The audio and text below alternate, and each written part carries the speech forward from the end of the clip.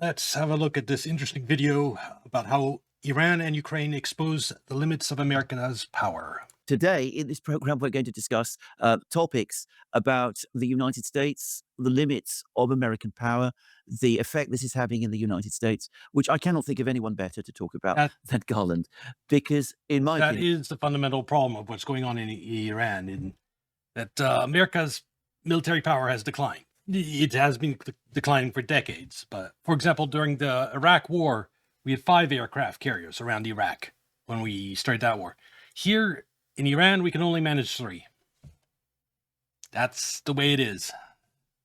So our weapons stockpiles are declining faster than we can replenish them. We are just basically hitting the limits of American power. that is what we're seeing. I'm just long enough to have lived through another period in my lifetime when the United States sort of hit the limits of its power, and that was in the late 1960s at the time of the war in Vietnam. But since then, the world has changed. The Soviet Union collapsed. The Cold War ended. We had the unipolar moment. We had I'd argue that Vietnam wasn't the limits of American power. That was the political limits of political will of the population to continue the Vietnam War. It was never a shortage of military equipment or military firepower that caused the end of the Vietnam War. It was protests. So I'd argue no. This right now is the first time we're really hitting the limits of American power in the Iran War. uh, end of history rhetoric. Suddenly now, or so it seems to me, we find ourselves in the same situation again. But this time, because we've had this period of unipolarity, which has only ended very recently, I think the shock of it is even greater, much greater, going to be much greater than it was in the 60s. So why do I say Well, 60s was a different issue. It was just political will to have Americans die for this foreign war. Yeah. It wasn't a limits of American power. It was limits of American political will. This, though, is fundamentally different in that the media isn't honest. Anyone watching this should know that already. And they have been lying to the public and to the world about the strength of a U.S. military, especially in the era of drone warfare and the changing landscape we're in today. They have not admitted to the American people that America's relative power, both because of the amount of ship and equipment we have is going down, and also because of changing world, is now a lot lower. And we can't beat a nation like Iran. It's a defensive fortress. It's a big country that is disproportionately militarily powerful because of its geography and its strategic location. It's a nightmare to confront militarily, even for America. And added difficulty, it's on the other side of the world from America. And logistics is a thing. So that is the fundamental problem. Trump is why he can't concede to Iran. It's just it would go against everything the American people believe about themselves, about how powerful the U.S. is. U.S. surrendering to Iran? No, people would revolt because that's against what they've been told their entire lives. Asmongold is a perfect example of that. He was so happy when he bombed Iran's supreme leader. He could never imagine in a million years that America would lose to Iran. A humiliating defeat. If he had understood that, he wouldn't have been so happy about bombing supreme leader. And so Iran it's a process by which America and American people recognize that it's over. The United States isn't the superpower, at least militarily, that it pretends to be. And it's neither Trump nor the American people are ready to recognize that reality yet. Hence, we're going to in for a few more months of pain in terms of Strait of Hormuz being closed. say this? Because, of course, the United States has been unable to prevail in Ukraine, but that was against Russia, a great power. But it's also now And it was also Ukraine. We weren't fighting Russia directly. It was a proxy war. And if proxy war goes badly, you can always be blamed on the proxy. Oh, the Ukrainians, they didn't do enough dying for us. We sent them all this equipment. It was all so Ukraine wouldn't expose the limits of American power because America wasn't the one fighting. been unable to prevail against Iran, where I sense the Americans expected, or at least the Trump people expected, that they would prevail quickly. So, what do you think of all of that? Yeah, Trump believed it'd be over in 3 days. That's what he was telling the British Prime Minister before the war. Asmongold believed that too. And no. But yes, he was tricked into believing it was over in 3 days. He was not warned about the closure of Strait of Hormuz. But one of the underlying fundamental problems is that Trump and the American people didn't realize that we can't beat Iran. We just, it's because of its unique position. It's a strong nation in a very strategic location, and it's mountainous. It's absolute hell to try to invade on the ground. It's a fortress. And starting a war with that, we don't have the military to do that. Or we need to mobilize the entire population, like actually put in a draft, raise 1 million men, be prepared to take tens of thousands of casualties. That's the minimum to actually take out Iran. And there's nowhere near the will to do that. So we can't beat Iran. And so Trump is stupid for having been tricked, but part of why he was tricked was he just didn't believe that it was possible that he'd be in a quagmire, that the United States could actually lose to Iran. Even if they closed Strait of Hormuz, we're the U.S. How could we possibly lose to Iran? And people around him, that general view of the American people, shared by people in the administration, is why he didn't get more pushback to his idea to attack the Iran supreme leader. Because even people who thought it was a dumb idea, even them figured, oh, well, but there's no way the United States can actually lose to Iran. Yeah, it'd be bad. There might be a little bit politically costly and disruptions in the oil market from the closure of Strait of Hormuz. But I bet you even people that were warning didn't really grasp that America would actually lose to Iran. Garland. First of all, let's start with that. Do you think that my overview is correct, and my sense that we're reaching that moment when Iran is America's Suez moment? Suez was the moment where the British Empire did a military venture in Suez, and it went so badly that it exposed the British Navy and military, and it was the end of the British Empire. And Iran is that a moment for the United States. And again, America is confronting something it always finds difficult to face, that it's actually reaching the limits of its power. Yeah, and I think it's something that I've been saying for a while, that these two conflicts are inextricably linked. One of the tells, one might say, is that recently during the conflict with Iran, drone operators and drone specialists from Ukraine showed up in one of the Gulf states, and apparently, according to the Iranians and according to the Russians, they had a warehouse, and some of them were available, and some of them were.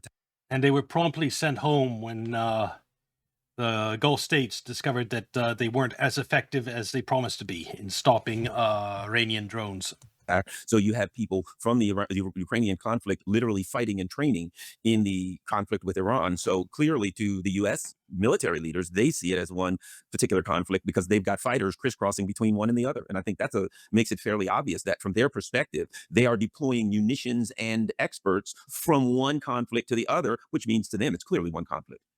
And the other side is doing the same in a kind of a sense. We've had lots of reports. Absolutely. None of them ever fully confirmed, but perhaps interestingly, none of them ever really denied that the Russians have been providing some degree of help to the Iranians, perhaps extensive help.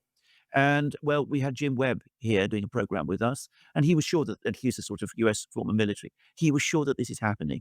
And sure enough, who is meeting Vladimir Putin, even as we are speaking, but Iran's foreign minister, Abbas Araghchi. Is this an important? Yeah, I know that there must be hundreds, if not thousands, in Russian military that were salivating at the chance to get revenge for what the United States has done via Ukraine towards the Russian people. Like how many Russian soldiers have been killed by U.S. intelligence given to Ukraine, U.S. weapons given to Ukraine, etc.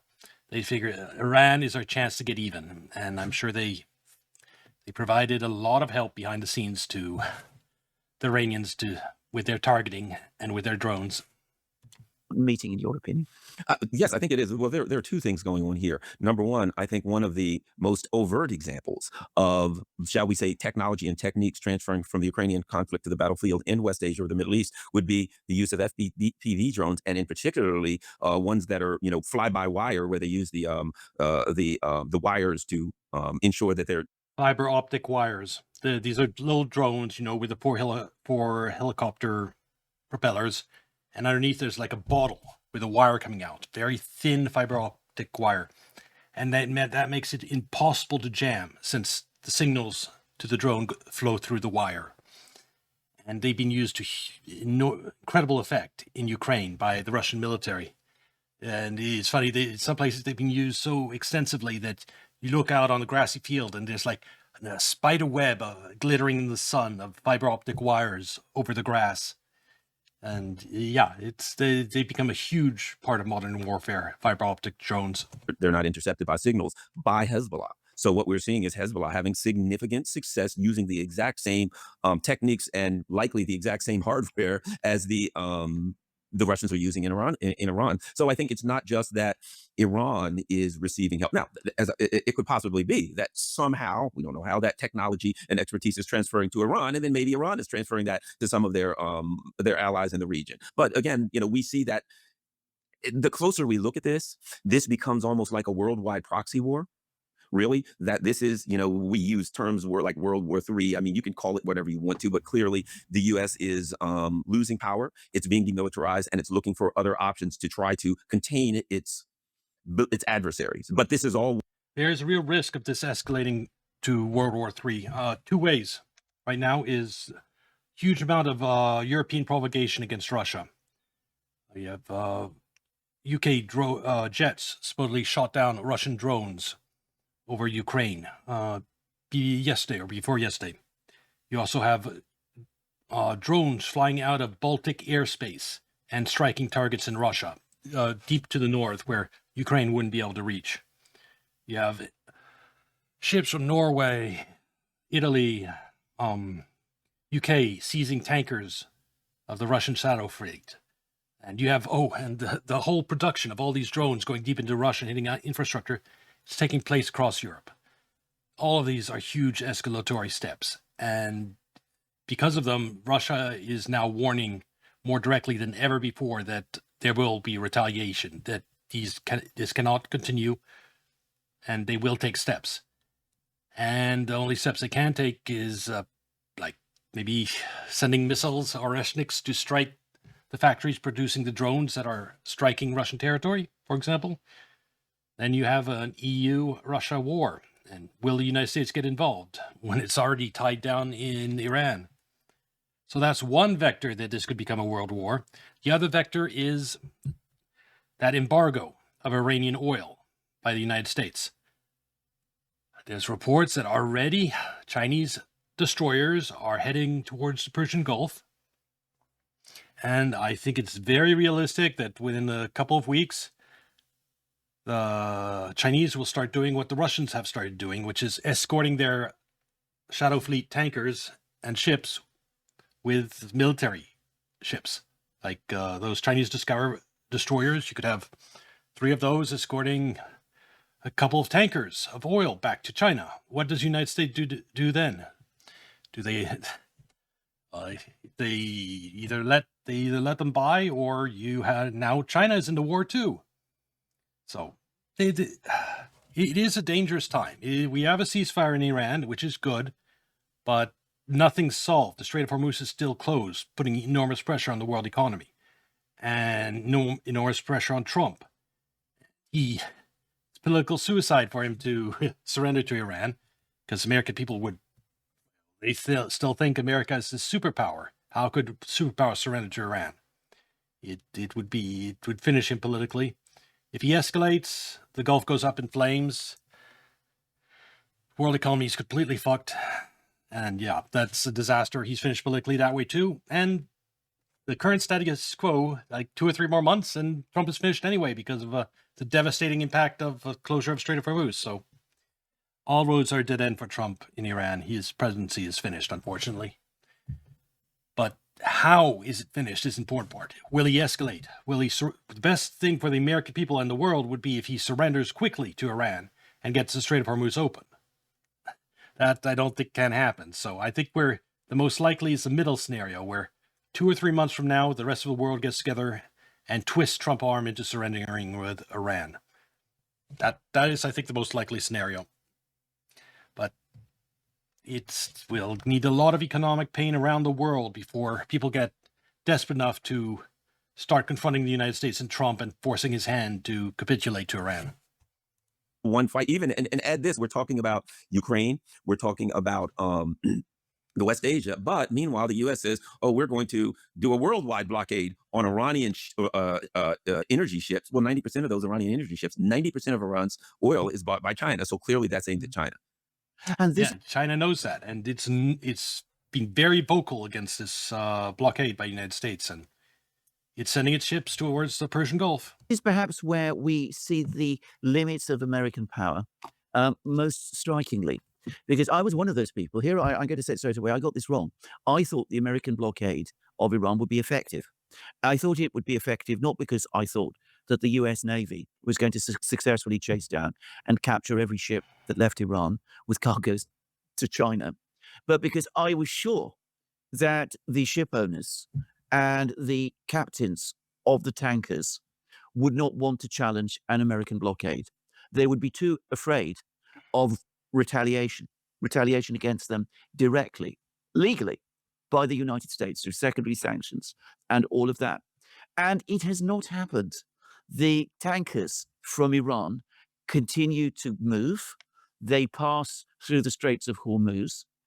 The United States Navy is making no serious attempt to stop them. But yeah, that is one thing, if you haven't heard. The U.S. blockade of Iran appears to be failing pretty badly, which I think is a good thing. It's less likely the confrontation with China if the oil is actually getting through and going to China. And it also means more oil on the international markets. It helps take a little bit of economic pressure off. We'll have to see. But the United States has stopped 2 tankers, to my knowledge. Most amazingly for me, the ship owners and the captains are not complying with the American blockade. To me, that suggests that they probably have some insurance mechanism, the Shadow Fleet that operates for China, Russia, and Iran. And probably that insurance comes out of China. And I think China is extending that insurance to ships passing through Strait of Hormuz, bringing Iranian oil to China, because China wants that oil, even if there is a risk of them getting captured. And I have to imagine the Shadow Tanker Fleet, they have some guarantees that because 2 of them have been taken out by the United States, and Alexander would be right in that normally that would stop ships, like it has those ships in Strait of Hormuz from going through. Iran destroyed a couple of ships, that's all it took. For the United States, though, it didn't work, and that might be because the insurers in China are still extending insurance to the Shadow Fleet. And so with insurance, they have nothing to lose by trying to go through. Blockade. They are not intimidated by the fact that the United States has declared it. And that is something that I never, ever expected to see, at least not at this time during this conflict. Now, to me, that is an enormous change. What are your thoughts about this? It is, and it implies something that is critical, I think. Whether you use whatever word you use, hegemony, imperialism, whatever you use to show that the U.S. would have some level of world domination, is a narrative. Oh. It is a narrative. And as long as people believe that narrative, it will work. It isn't that the U.S. has had to blow up all the ships or shoot people or whatever. They would say, don't do this or we'll punish you. And because other countries believe the narrative that they were a hegemonic power, they would act. The narrative is dying. The narrative, the holes have been punched in the narrative over the last couple of years. So the Russians, certainly in Ukraine, with the success that they've had. Now the United States went head to head with Iran, and they were unable to really, we could argue about who's winning, but clearly they've been unable to best Iran. No, Iran is hurting U.S. military prestige in a way Ukraine never did, because Ukraine didn't involve U.S. troops. Yeah, ultimately, if Ukraine loses, it can be blamed on the Ukrainians. We gave them all the weapons; they just didn't fight hard enough or die hard enough. So, yes, it strategically looks bad, but it's still Russia is a superpower, and Ukraine's much smaller. And if the United States is not involved directly, Ukraine losing isn't that surprising. So it doesn't hurt the United States, the image of the U.S. military. Iran, on the other hand, that's just the United States versus a smaller country. It makes the U.S. look weak. Iran in this. Countries recognize around the world the reports that the U.S. is running short of ammunition, being demilitarized. So what I think we're looking at is the actions of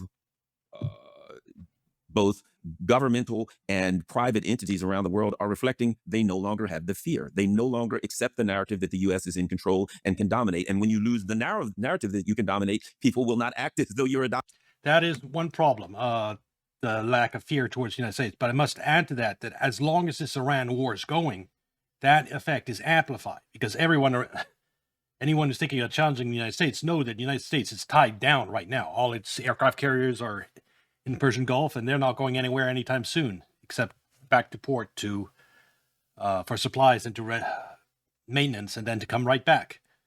So the United States is completely distracted at the moment, and everyone around the world knows that. So there's that factor too. dominant party anymore, and effectively you're not. The key word you've just used is fear. I mean, every system of dominance.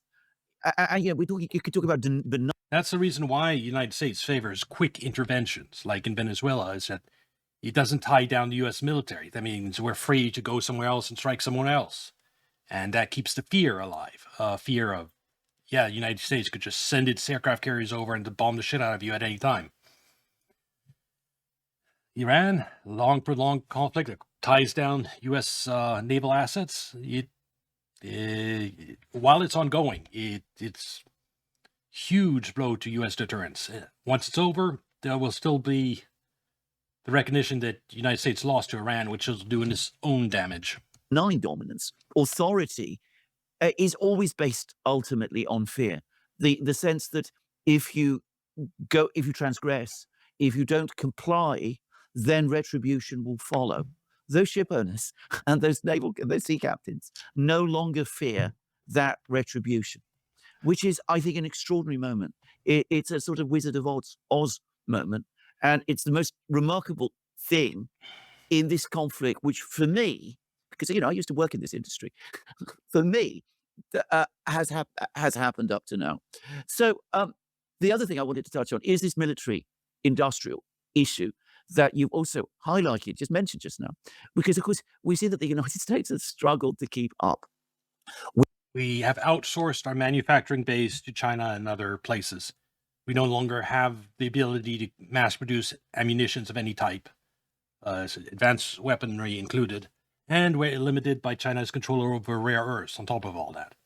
So we just don't have the capacity to produce weapons at the speed we need for something like this Iran war. With the Russian war production in Ukraine. And that has been extremely embarrassing. But at least Russia is a great power with enormous resources. It's a former superpower. It's a former superpower rival of the United States. And if you lived through the Cold War, as we both have done, we will both remember that a narrative during the Cold War was that the Russians were always able to produce lots of weapons. They might not be able to do other things, but they could always produce weapons. So you could rationalize it, you could fit it in to your history, to your worldview. But Iran being able to outstay the United States in terms of an armed conflict, Iran being able to continue to produce drones and launch missiles, I think this must be an even bigger shock. I mean, what do you think then?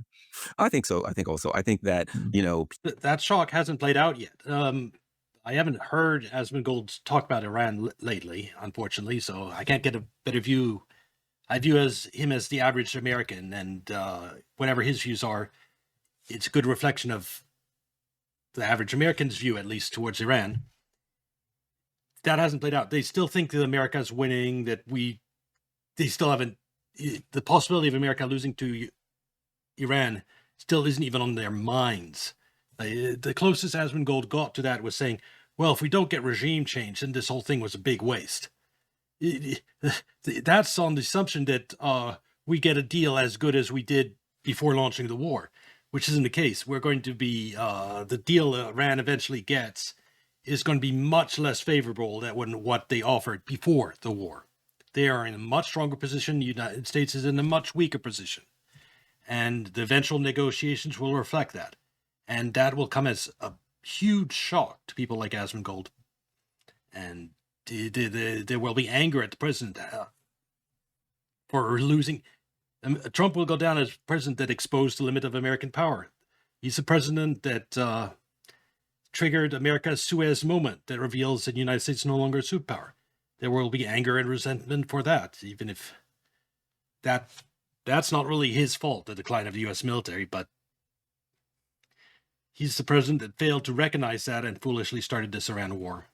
People who, even inside the U.S., who look at the the recent history of the U.S., the voluntary deindustrialization of the country and turning it into a financialized, speculative. I was raging against this 15 years ago. It was already under full swing. We outsourced a lot, but we outsourced even more since then.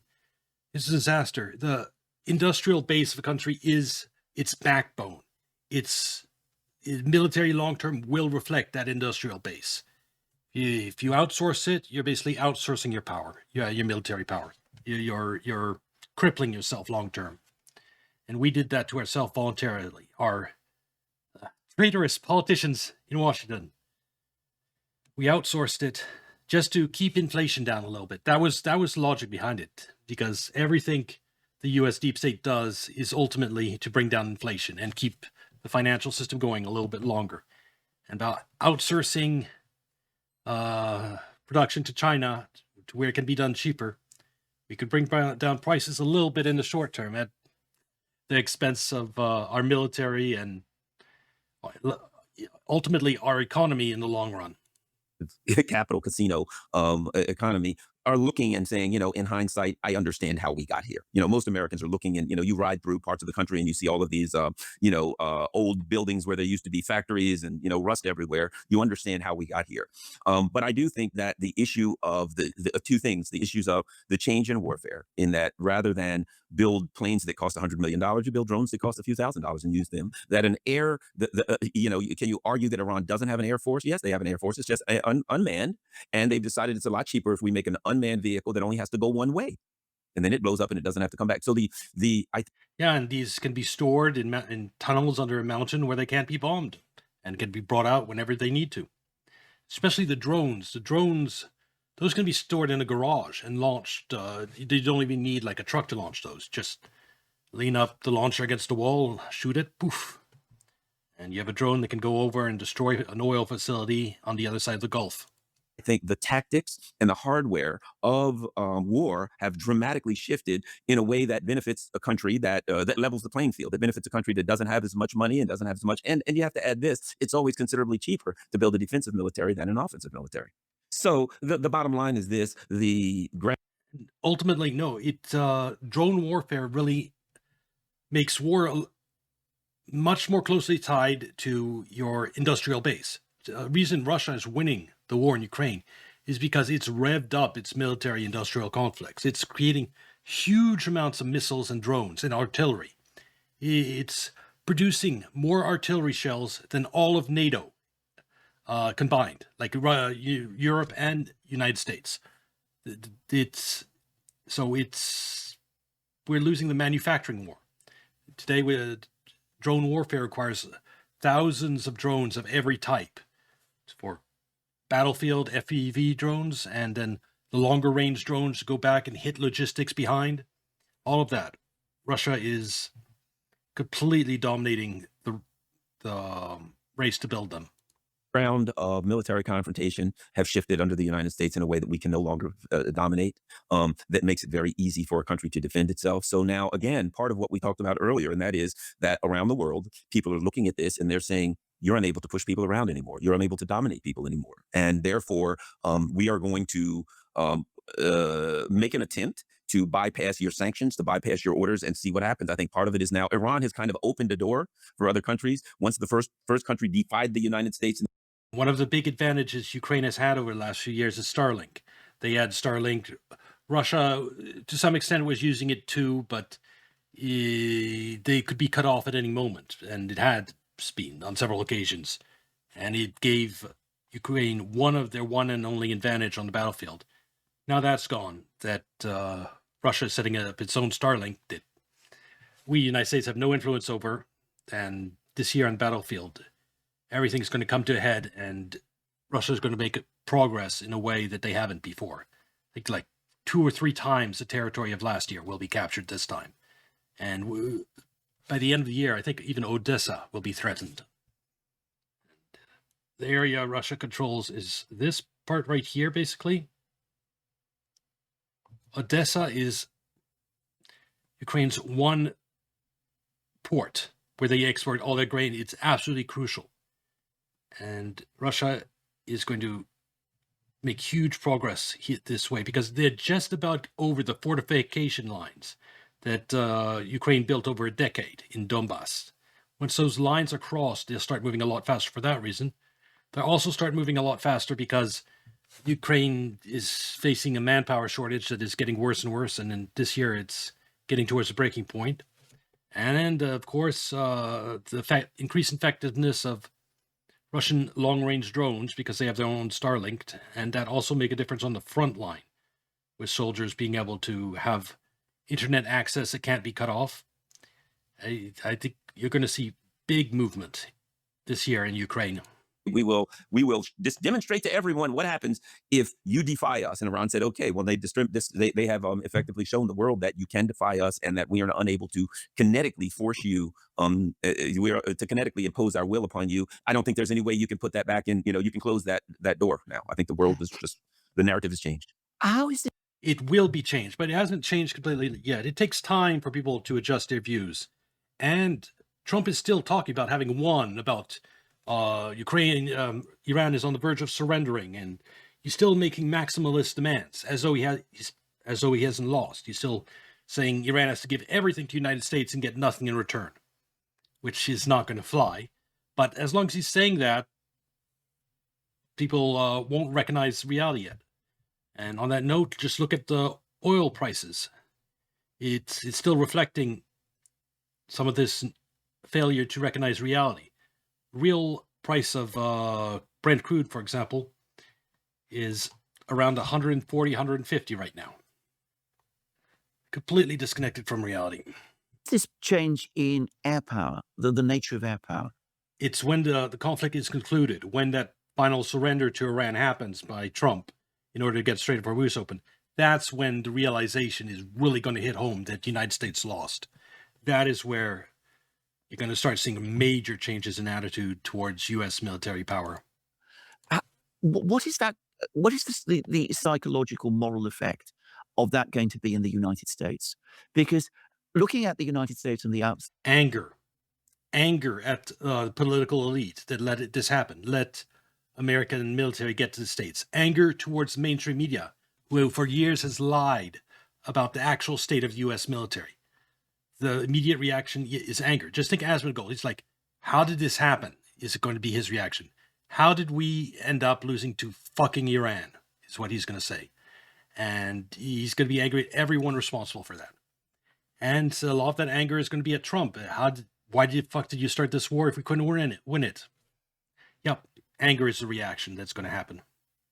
That's always the reaction when something someone believes in for a long time turns out to be false.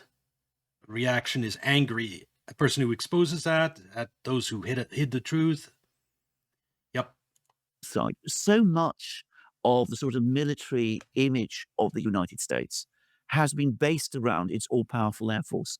I actually read Top Gun Maverick, latest example. a fascinating article, very interesting article, which said that U.S. Air Force pilots are like the armored knights of the Middle Ages, that they have the same kind of tremendous mythology and charisma in the United States that armored knights used to have. And suddenly, this vast investment in all of this is proving anachronistic. It's out of date. It doesn't work anymore. And the United States isn't even ahead in air power any longer. What is that going to do once that starts to sort of percolate through? to the United States itself, I mean, to the people of the United States. How are they going to respond to this?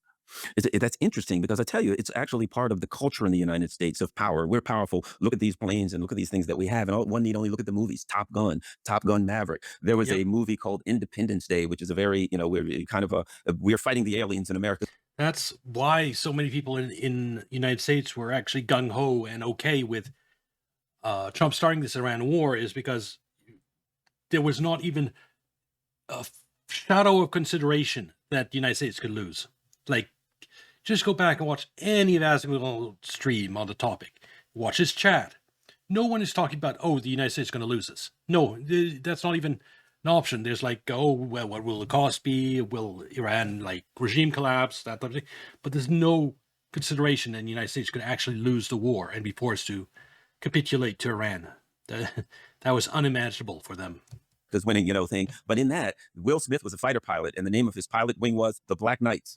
Right. So the metaphor is perfect that these were the knights and these are the tough guys. And they're, but unfortunately for them, as is natural, the world changes, the technology changes. So the U.S. has attached. Just look at all the effort that was put in to cover those pilots that went down over Iran. There are knights. We have to go save our knights. Its military culture of power and domination to a particular type of technology. And it's simply the world changes. Okay, great.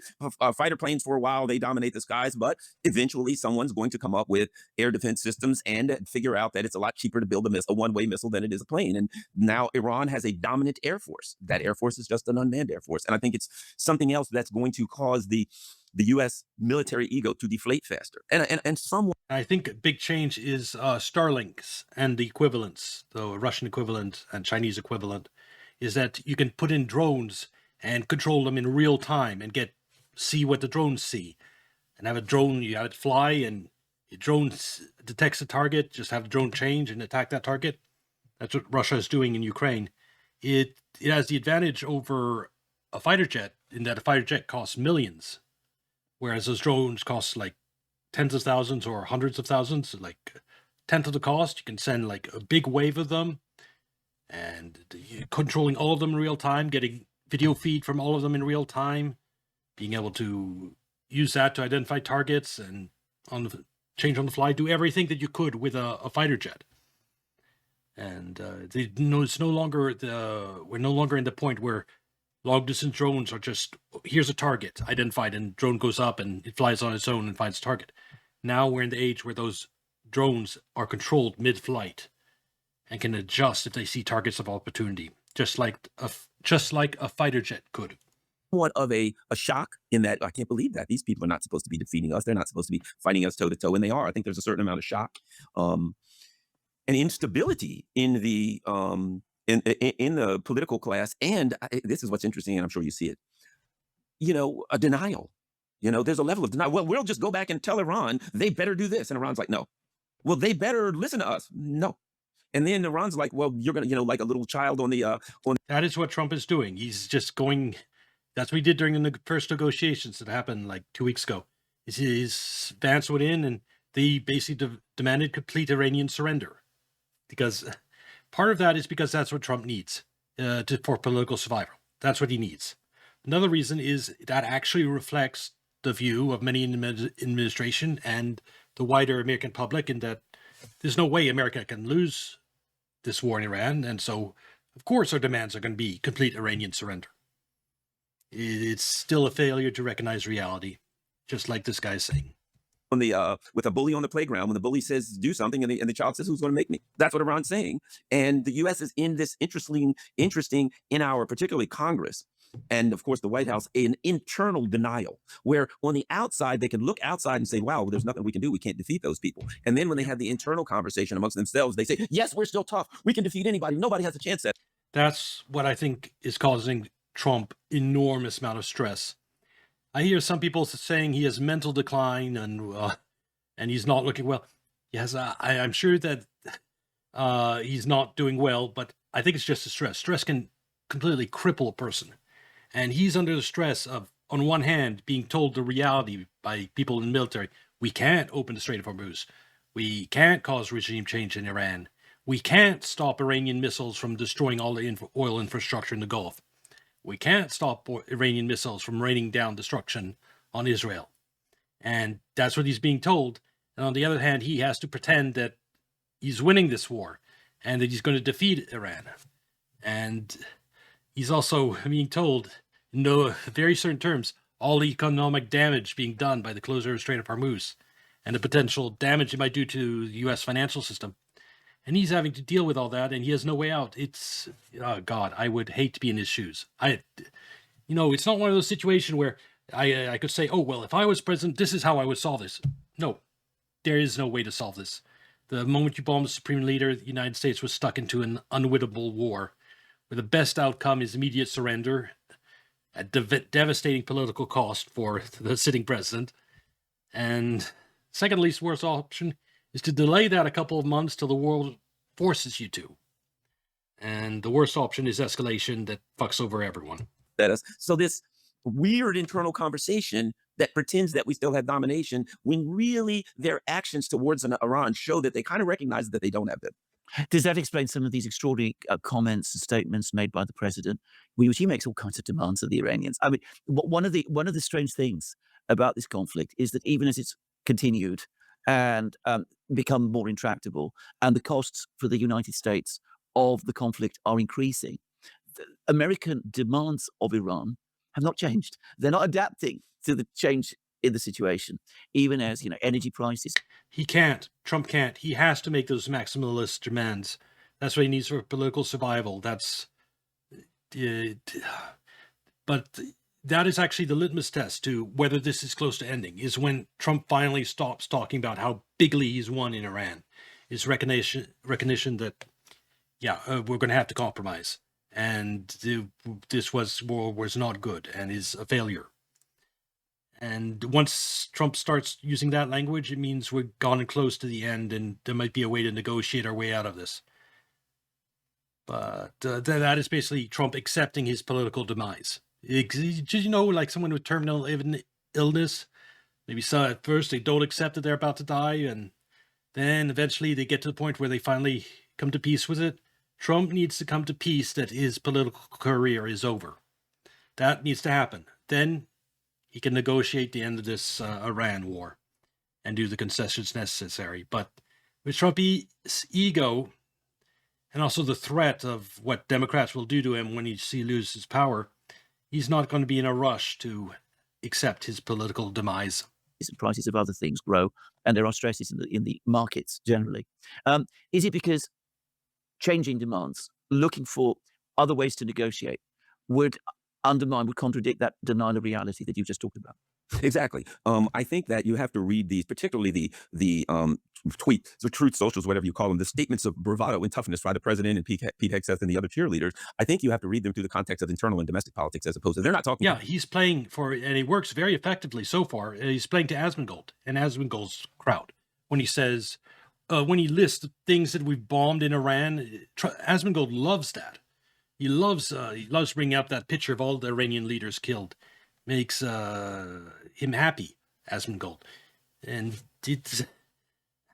once Asmongold needs to grow up too a little bit in his simplified view of what's going on in Iran. That'll happen. I can't wait till he covers the situation again. In any case, yes, Trump is playing for his domestic audience, but he's also playing for political survival.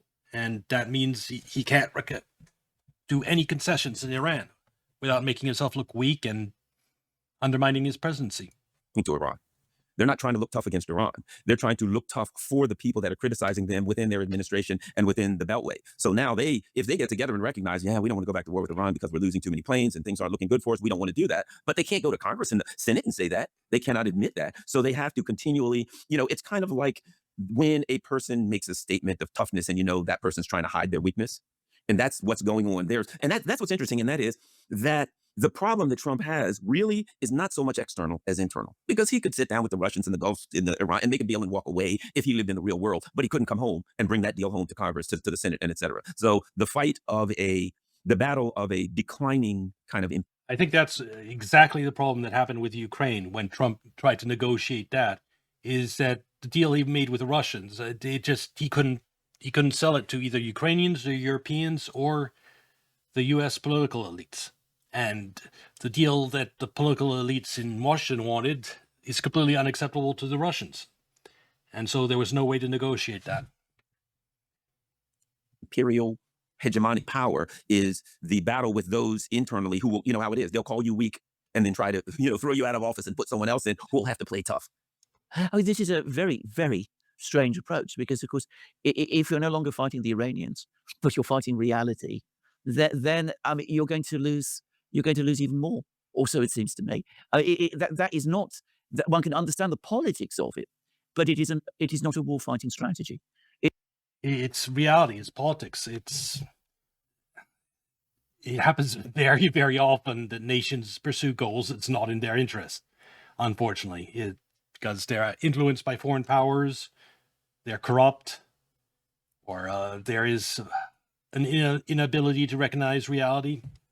This Iran war is one of those situations. It's very different from let's talk about the British. I mean, the British found themselves in a very bad situation at the beginning of the 20th century during the Boer War. Didn't turn out well for them at all. Everything went wrong. But what they did, they went away and they said to themselves, "This isn't working. We have to If you want more recent examples, there's Russia and Ukraine. That when they went in, they were not prepared for drone warfare. They were not prepared for the proxy war that NATO and United States had set up for them, and they stalled. While they reorganized, and then they came back with their own drones. They introduced fiber optic drones, and then they came to completely dominate the drone battlefield. That's an example of military being unprepared and adapting successfully. So, more recent one example, at least. examine our armed forces. We have to carry out a massive reorganization and reform, both of our army and, by the way, of our navy. That's exactly what Russia did. Massive reform of their military for the era of drone warfare. Too. And that's exactly what they did.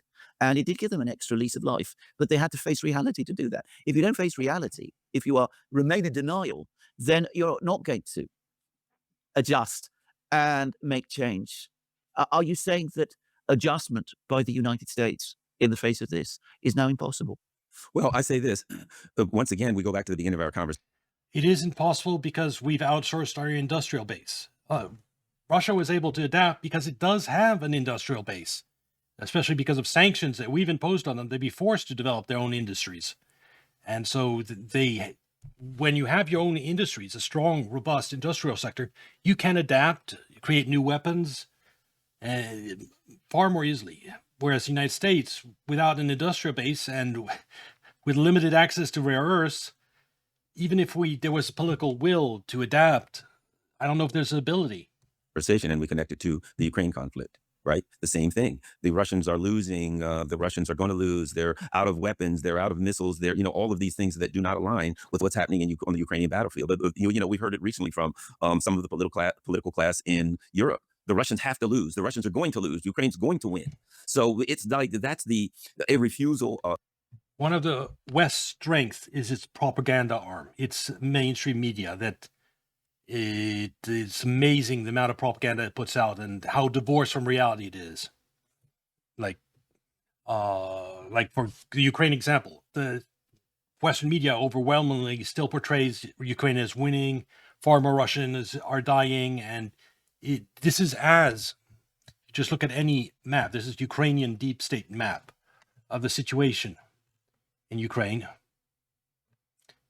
Just let's look past 2 months, or since the beginning of the year. This is current. Now I'm going to click here. Poof. You see that? All that territory that went away? That is all. I'll go the other direction. Press today again. Look at that. That poof. All that is what Russia has taken since the beginning of the year. And you have to remember, that is the winter. Where there's ice on the ground, it's hard to move. And then there's the thawing period where the ice and snow melt and everything become a muddy mess and no one can move anywhere. So this is going to be their slowest that they advance during the year. Now that the spring offensive has started, major spring offensive, you're going to see major movements in Ukraine. And again, overwhelmingly, the Western media pretends that we're winning in Ukraine. And the point I was making with this is the problem with having such a strong propaganda arm is that your population and various parts of your government believe the propaganda.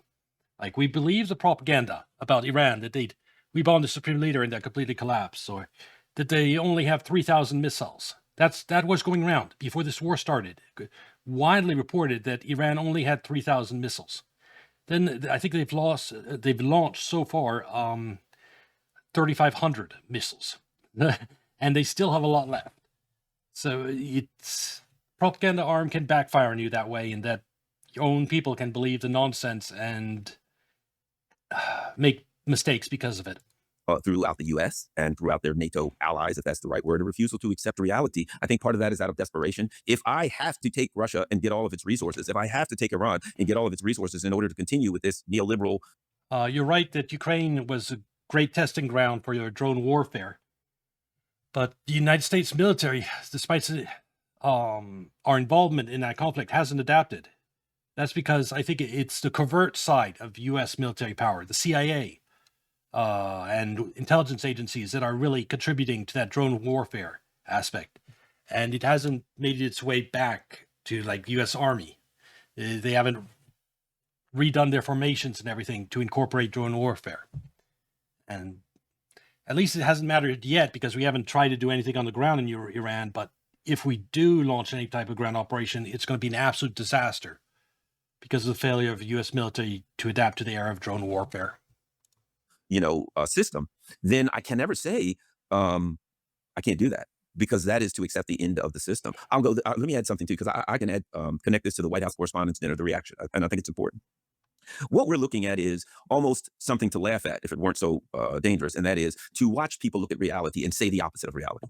To say, come on, you really expect us to believe that? We're seeing something, and we're hearing something that doesn't align with what we're seeing. Okay, here's my point.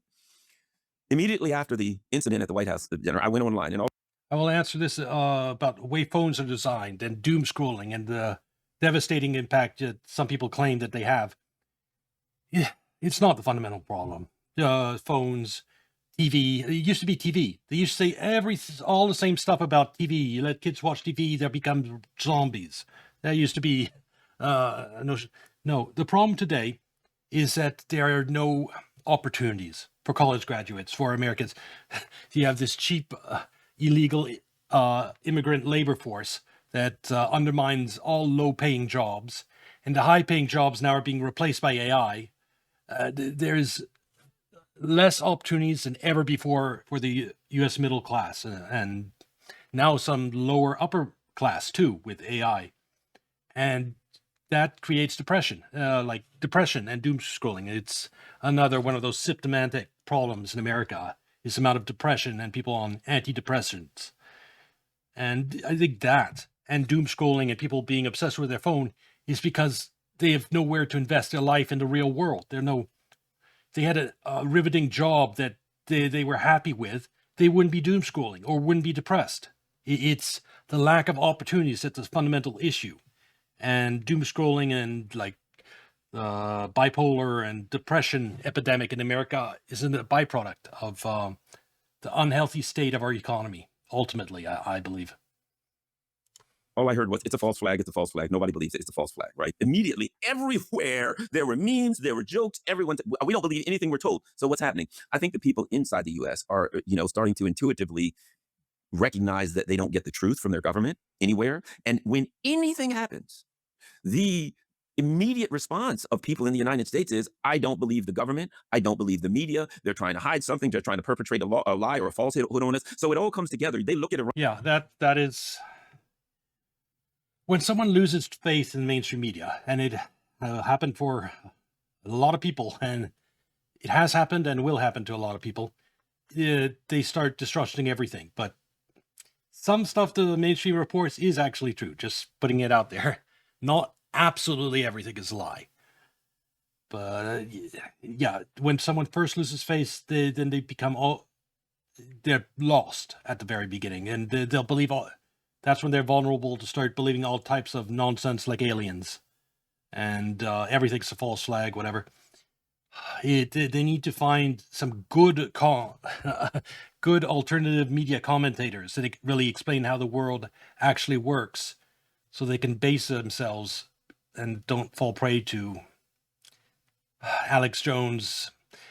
Alex Jones, he's very accurate on some subjects, but anyone who starts watching him, there's danger they start believing in aliens. So, and that makes me sad. Iran, and they see planes going down and terrible things happening, and the government says we're winning, we've destroyed their air force and their navy, they have no air defense, and then they shoot down 10 airplanes the next day. So I think that happened. That actually happened. Trump saying we destroyed the anti-air force, and then they shoot down 10 planes the next day.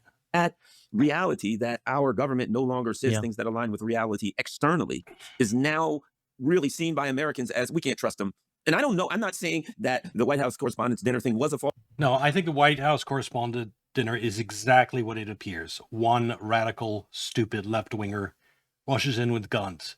And the reason I believe that is because there's no benefit. There's no real benefit for Trump. He wasn't shot at. It didn't graze his ear. Everyone can see that he was never in any real risk. I mean, serious risk. The shooter got farther than he should have by running really fast, but ultimately, I don't think there was any real risk to him.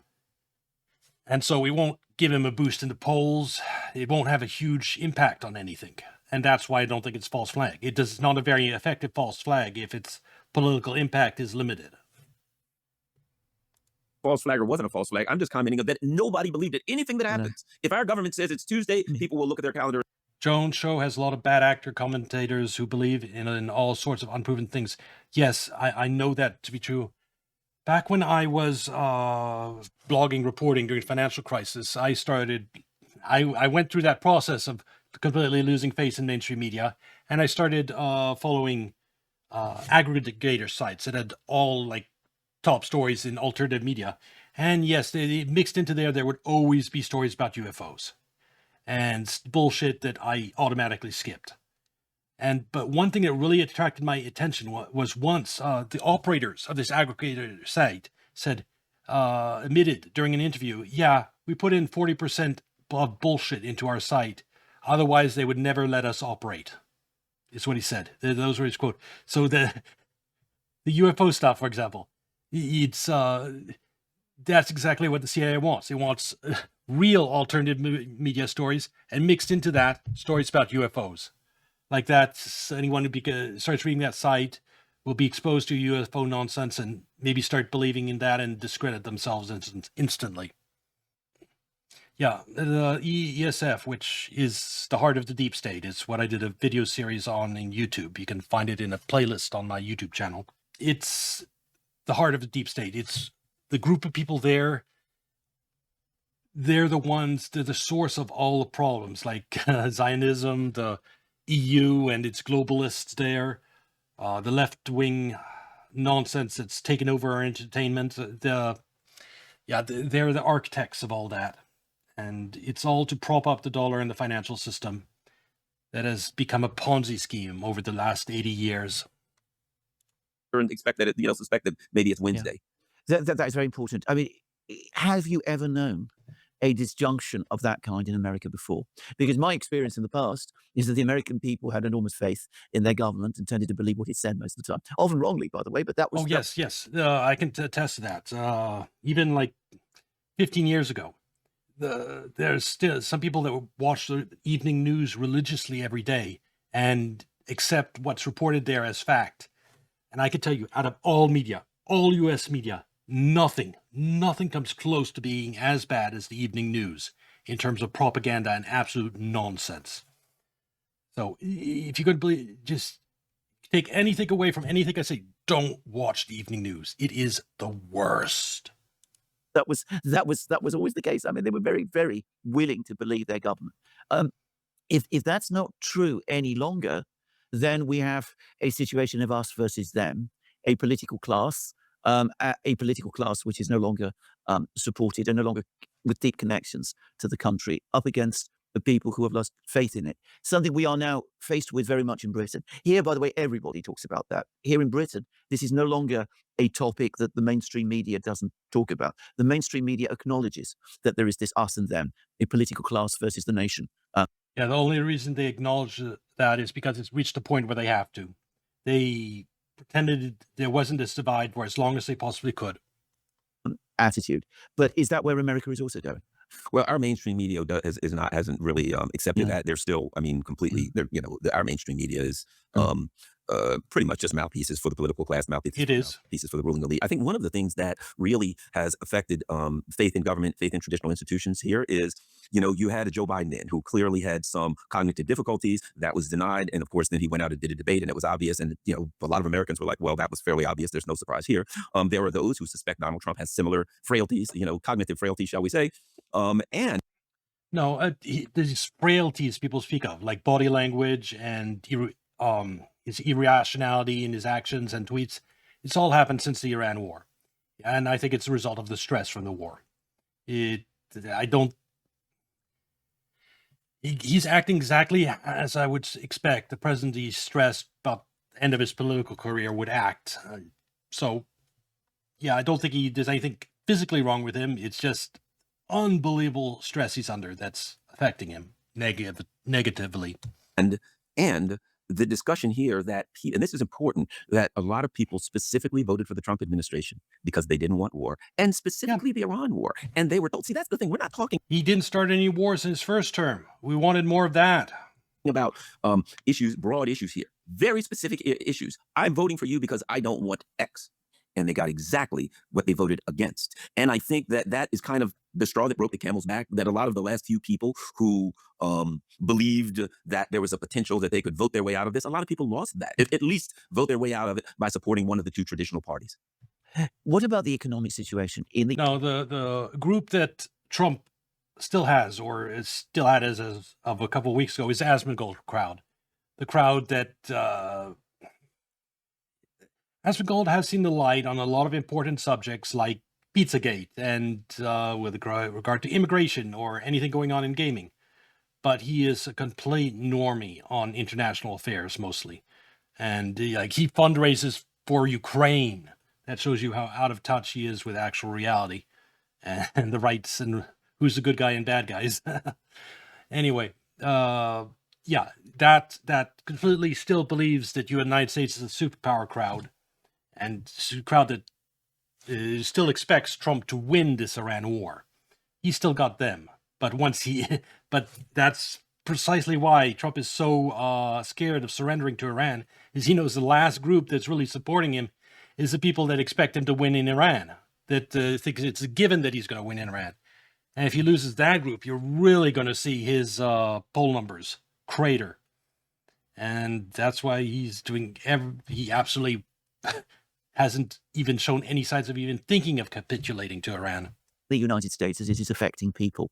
I mean, first of all, could you tell us what it's like? Because one of the stories that we hear in Europe is that actually America is very insulated, the people are not affected by the deepening economic crisis, that the US is self-sufficient in energy. I am very skeptical about these claims myself, but I'm obviously not. No, the damage from the closure of Strait of Hormuz is delayed. It takes months to completely play out. And it's only starting to hit in America. It's really hit when its summer rolls around. By the end of May is when the full pain will start hitting the U.S. economy. And you're going to hear people squeal and scream then. Not in the United States. So what is the situation that people are facing in their everyday lives? And are they starting to connect the dots and say to themselves, this is related to what is going on in the Middle East? I think a couple of things. Number one, because the standard of living in the United States has been deteriorating slowly for a long period of time, it's not as pronounced here as it is. It's not as sudden here as it may be in other places. So while people there is an ambient anger, resentment, and anxiety over the reduction in the standard of life decreasing, a big part of that was, for example, outsourcing our manufacturing base. And nearly every policy proposed by Democrats usually favor the ultra-rich, like just an example, solar panels. People with large properties can basically eliminate their power bill entirely during most of the year. And isn't that a little unfair? Anyone out there suffering from high power bills, just know that the ultra-rich, it's not their problem. Or any type of like transitioning to renewable energy. That pushes up your energy bill. And who does that hit hardest? Again, the average person, especially the average person without solar panels. And all this regulation pushes up prices. And again, it hits everyday household items that hurts the average person. Recently went to get a washing machine, and all the washing machines in the store, like 20 of them, all had water limits. They could only fill 1/3 of the tub, and so you had to do 1/3 of your load of the normal washing machine load, except for one design that was an industrial one, and a little pretty pricey compared to the others, but that's one we ultimately got, and so we still have a washing machine that actually functioned normally. But for everyone else, if you're buying a washing machine like the last few years, you now have a washing machine that washes 1/3 the normal. It's the managed decline of America. Oh well. The standard of living here, it's not as sudden, so people aren't in this haven't in the same way connected it to, say, foreign policy and political policy. However, and this is something that I've discussed for a while, I think this particular conflict. No, he's going to say it's because it wasn't immediately visible. People aren't making connection to what was caused to the decline. No, it's because of propaganda and the media. The media is supposed to be the vehicle to explain why things are happening to the public and why things are bad. And the media has just been lying about why things are bad for decades now. And it's never the government's fault. It's always something else. It's never putting the blame where it deserves to be. It's never explaining, like the reason the richest are getting richer is a big part because of our democratic policies. No, it doesn't do that. And so that's the number one problem why there hasn't been more anger at the political class, is the shielding, the narratives spun by the media to shield elites in Washington. Is changing that dynamic, because what Americans are seeing now is, And so, yes, the dynamic is being changed now because mainstream media's hold on the people is weaker than it's ever been. There are people like Asmongold out there. There are people like me, hopefully, doing my small part. There are people like these guys that are explaining how things actually work, and that's reaching the public. And the public is being informed, and they're seeing where the blame for problems actually lies. That's a big reason. He is right that Iran is going to accelerate that process. It's going to be a particularly obvious example of the Washington elites, including Trump, doing something that completely fucks over the average American. He is right on that point. Americans, they'd see foreign policy, and whether they liked it or not, and they'd ignore it, and then they would see the deterioration of their standard of living, and they didn't connect the two because they were too far apart, and they were it's a slow bleeding. They were too far apart, but the media should have been connecting the dots for them. A functioning media should have been connecting, we did this overseas, and we had to raise military spending because of that, and because of that, we have less available for social programs. That's why we cut X, Y, and Z. That's the type of stuff the mainstream media should be doing. Should be explaining the cost of foreign interventions to the American people. But it's been doing the opposite over the last few decades. It's been cheerleading anything the U.S. deep states wants to do military, and glossing over any of the costs as best it could. And in cases where they fail, like Iraq, it took years and years for the truth to finally come out, and the truth came out so slowly because the media was doing all the covering for Washington. Frog boiling kind of thing, wherein now Americans are getting the opportunity to see, here's what happens in Iran, and here's the immediate effects. And so now they're able to connect foreign policy to their domestic economic suffering in a way that they haven't before. And of course, in the United States, as people know, people like pickup trucks and SUVs and traditionally lower gas prices. And I've said this, the one thing that will cause a revolution in the United States is high gas prices, because part of our culture, race cars, fast cars, and big old pickup trucks. And it's not just culture, it's geography. America is incredibly spread out with terrible public transit between most places. Yes, there's buses and trains, but nothing compared to Europe. It's expected people drive everywhere. We have cheap gas and people drive everywhere. That is our culture in America. And if you don't have cheap gas, it creates problems in America in a way it doesn't in Europe. In Europe, there's a robust public transportation. So a lot of people choose not to have cars because they can take metro, buses, trains to wherever they need to go, and they never need to use a car. In America, like Los Angeles, you don't have a car, you don't go anywhere. It's a city designed for cars. There's really practically no other option. and things like that. So high gas prices really bite into the traditional culture of the United States, which is a car truck culture. So people are that's the thing I'd say. More so than ever before, people are able to see the immediate consequences of foreign policy on their daily lives and connect them. And I think that's going to have a significant long-term effect. It's already There's starting to have an effect. there's one thing that I found very interesting, and that is that I read, again, it was in the British media, a long piece about the coming midterm elections and the fact that the Republicans look very likely to lose and lose. Yes, Iran war is going to ensure that for 100% certain. Unfortunately, my hope is just we can limit damage and that we Democrats don't win too many seats, but that they would just get a small majority. That's my optimistic hope. But it could, depending on how this Iran plays out, it could be much worse than that. Badly. But the writer of the article made the point that I will add, I'll just throw this out there, that if the SAFE Act, that's requiring voters to have ID when you vote, if any of that actually passed, it would limit a lot of the damage to Republicans in the midterms. It would shift. People just don't understand the amount of fraud that's going on in our voting system, and just there's a reason Democrats are absolutely insistent that no voter IDs. They'd lose hundreds of thousands of votes if that passed. if the Democrats are going to win, it's not because they are popular, because they are not. Their positivity rating is -20. In other words, they're actually unpopular. And that, I have to say, is Again, I blame everything on the media because it's honestly it's responsible for everything. It has such a huge impact on absolutely every aspect of our lives. But the media is used to triage and get rid of highlight scandals, take down any non-establishment candidates. Candidate like Trump, look what they did to Trump. Tries to run for president.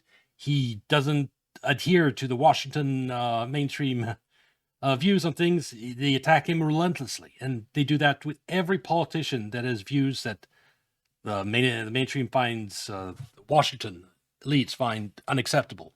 And that is effective in limiting the candidates that can run because people get weeded out.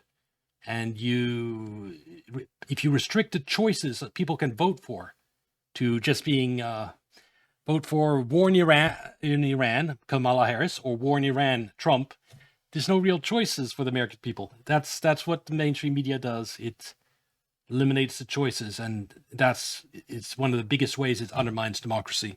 is very, very similar to what we've seen in Britain recently, where we had a conservative government that collapsed in 2024. But there was no real enthusiasm for his Labour replacement, which has also become unpopular as well, and that they're all lumped together within the political class. Is that also your feeling too? Absolutely. I mean, there's been numerous issues in the U.S. in which, as an example, you have a national health service. Whether somebody agrees with it or disagrees with it, 88% of Democrats were in favor of a national health service of some type in the United States, and the other 12% of the party would said, "Nah, we're not going to do it," or even push forward for it. Right? On the issue right now of the Israeli conflict and the West Asia conflict in general, I think 80% of Democrats are in opposition to the party's position on it. So traditionally, what's happened in the United States for a while has been this: neither of the parties really offers anything positive for the working people, the average person. One party comes in over the course of 4 to 8 years, the results are disastrous, and the other party just waits. And when this has happened because the narratives spun by mainstream media, they don't hold people accountable. They misdirect who's responsible for the failings and the problems of the people. Big example, the 2008 financial crisis. It wrecked so many lives across the United States and across the world. To prevent that from repeating, you have to correctly identify who was responsible for it. And the media, what did they spin? It was Wall Street greed. Wall Street greed created these securitized toxic mortgage securities, and those eventually blew up the system. That is the narrative that mainstream media spun. And it's absolute, complete nonsense. Regulators, the FDIC. What happens when the bank filled to the brim with toxic mortgage securities fails and is taken over by the FDIC? Well, the FDIC sells all those toxic mortgage securities. And normally you can't sell them for very much because they're toxic mortgage securities. So regulators came up with this great idea. Why don't we package these toxic mortgage securities and put all these financial wizardry and make it seem all pretty and convince pension funds to buy them at hugely inflated prices so that we can resolve all these bank failures on the cheap. We can sell the toxic mortgage securities far more than they're worth. We can pay back to depositors, no real cost to taxpayer. So basically in the 90s, they did that. There was something called the saving and loans crisis. And to resolve that, they basically created the subprime market and sold billions in toxic mortgage securities through these packages, these CDOs, these packages of loans to investors. And Wall Street continued doing that afterwards, and eventually that led to the 2008 financial crisis. So regulators in the 90s created a ticking time bomb with their insane idea to turn toxic mortgages into these AAA securities, completely safe securities. And again, if you don't know the correct reason for the 2008 financial crisis, you can't solve it. For example, the rating agencies that the regulators strong-armed into giving AAA ratings to this junk debt. Well, the result of the 2008 financial crisis is the regulators got even more control over the rating agencies. That was through laws and regulations. So the very regulators, who completely fucked up our financial system, were given even more power to fuck up our financial system. And yeah, there's going to be consequences to that long term. And why this happened, the media didn't correctly explain to the American people why the financial crisis happened. And just if you want to actually see the details of that, here we go, right here. Government, not Wall Street, financial innovation caused the 2008 financial crisis, part 1 and 2. You can watch those two and see how our regulators completely fucked up our financial system. The party that's in has disastrous results, then they just waltz in nice and easy because they are not, I'm not that guy over there. And that's been going back and forth. And I think that's kind of wearing down, particularly with the issue of war and peace starting to really infuriate the Democratic base. One of the things that is not talked about when it comes to the midterms, people talk about the midterms in November, but prior to the midterms, people have to run against, incumbents have to run against challengers. And what I'm watching is prior to the midterms, right, in the primaries, because what happens if the Democrats wake up and they say, okay, we're going to win in the midterms, but they see the traditional pro-war, pro-conflict kind of neoliberal Democrats start to lose and start to be replaced by people who are in opposition to the party's general policies that are unpopular. So I think before we talk about the midterms, we have to look at what's happening. Honestly, primaries are so important in America, and you have people like Nick Fuentes, which saying things like vote Democrat because you're unhappy with what Trump is doing. No, don't do that. Don't do that. Primaries are what's important on the Republican and the Democratic side. Whether you're a Republican or a Democrat, focus on your primaries and try to get good people on the ballot, on the final ballot. That is the biggest step you can take to improving governance in this country. That's how we got Trump's first term, and Trump changed the Republican Party and got a lot more honest actors on the Republican side, at least. If you're under the Democratic side, you want something similar to happen. You want somebody good outside the establishment to come on the Democratic side and change the party on that side too. And then we won't be in the horrible position where you either vote Republican or you vote for the establishment. And basically, I mean, Biden completely went along with everything Israel did and was completely establishment. And so if you don't want that, you try to get Democratic candidates that don't blindly go along with any deep state agenda like Israel in the primary races and see if maybe some of the things there change the dynamics. And of course, there will be independents. So I think it's going to be interesting to watch the buildup to the primaries. We're a long ways from the primaries, but I don't think we're going to be looking at a traditional just the Democrats versus the Republicans and the old school Democrats that hold the old ways and the old school Republicans that do things the old way. I think the Republicans are facing that. There are people now who are looking at Lindsey Graham. The numbers are starting to turn bad for him, that he might lose. So I think in both parties, watch the primaries here. There could be some dynamic shifts there. Again, if we go back to the 1960s, which is the closest, though by no means exact parallel to what we're seeing today, when America hit the buffers. I mean, Again, the 1960s, that was a political limits of American power. That means American people weren't willing to take any more casualties. It wasn't military. We still had a huge military, huge navy back then. We still were a superpower completely in terms of our military equipment. And even back then, we still had an industry. We still had the ability to produce more. So it was not, it was a political limits. People just weren't willing to take any more deaths for this stupid war overseas. It's different than what's happening today. one of the things that did bring about what was actually a course correction, there was a major course correction by the United States in the 1960s, was protest from below. I mean, I remember it. I can actually it's on the tip of my memory, but I can remember it. People came up protesting. There were huge protests, not just protests from the below, but many people in the elites started to complain and say this simply cannot continue this way. And there was, of course, a tremendously chaotic convention in Chicago, which And that is, it might, but when he is right, it did show the limits of one thing, of the media propaganda arm of the U.S. deep state. Yes, it can completely trick people on a huge amount of things, but it doesn't have absolute control. You have enough deaths, pointless deaths, in an overseas conflict. Eventually, no matter how much spin the media puts on fighting in Vietnam being important, reality is going to override that. And it's going to, people just say, why are these people dying for this war we don't care about? And so it was one of the first examples of the media propaganda arm failing to keep the population in line, was this Vietnam War. There are other examples since then. The deep state's control has never been absolute. And especially in the last decade or so, it's really starting to lose control over everything. people like me still remember.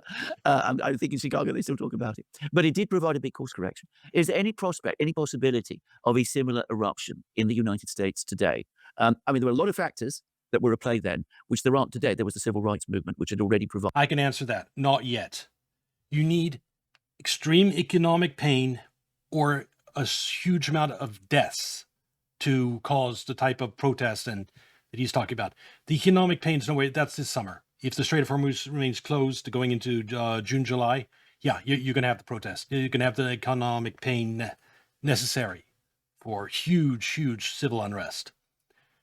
The other option is if Trump tries to do some type of ground invasion, then we could run into, the Vietnam scenario where you get 1,000 U.S. deaths and people start, why the fuck are we dying there? But you need that catalyst, either big amount of casualties in the military or huge economic pain. And that hasn't happened yet because the damage from the closure of Strait of Hormuz is delayed. It'll happen this summer. Provided a certain background of protest. There was also the issue of the draft, which radicalized a lot of young people. And by the way, their parents, which people often overlook today. But is there anything like that? Is there any possibility of something like that happening this time? Well, I think I would approach that from two directions. First being that as the summer moves on and as the prices of fuel increases and the economic pain Exactly. starts to become more prominent and more obvious, I suspect that there will be increased anger and protests. That's number one. I would also argue that. And to be honest, I don't think you actually need protests. I think Trump's poll numbers and Republican poll numbers are going to tank so hard during the summer that that's going to force course correction, regardless of whether there be protests or not. Protests would just add a little pressure, but I think that just the horrible poll numbers that they'll start seeing in the summer, that will force. And also, by that time, the rest of the world, some of the places are much more impacted by the closure of Strait of Hormuz, like Japan, that gets 80-90% of their oil from the Gulf. They're going to be screaming at Trump, fix this, surrender to Iran, capitulate, do whatever is necessary, get Strait of Hormuz open.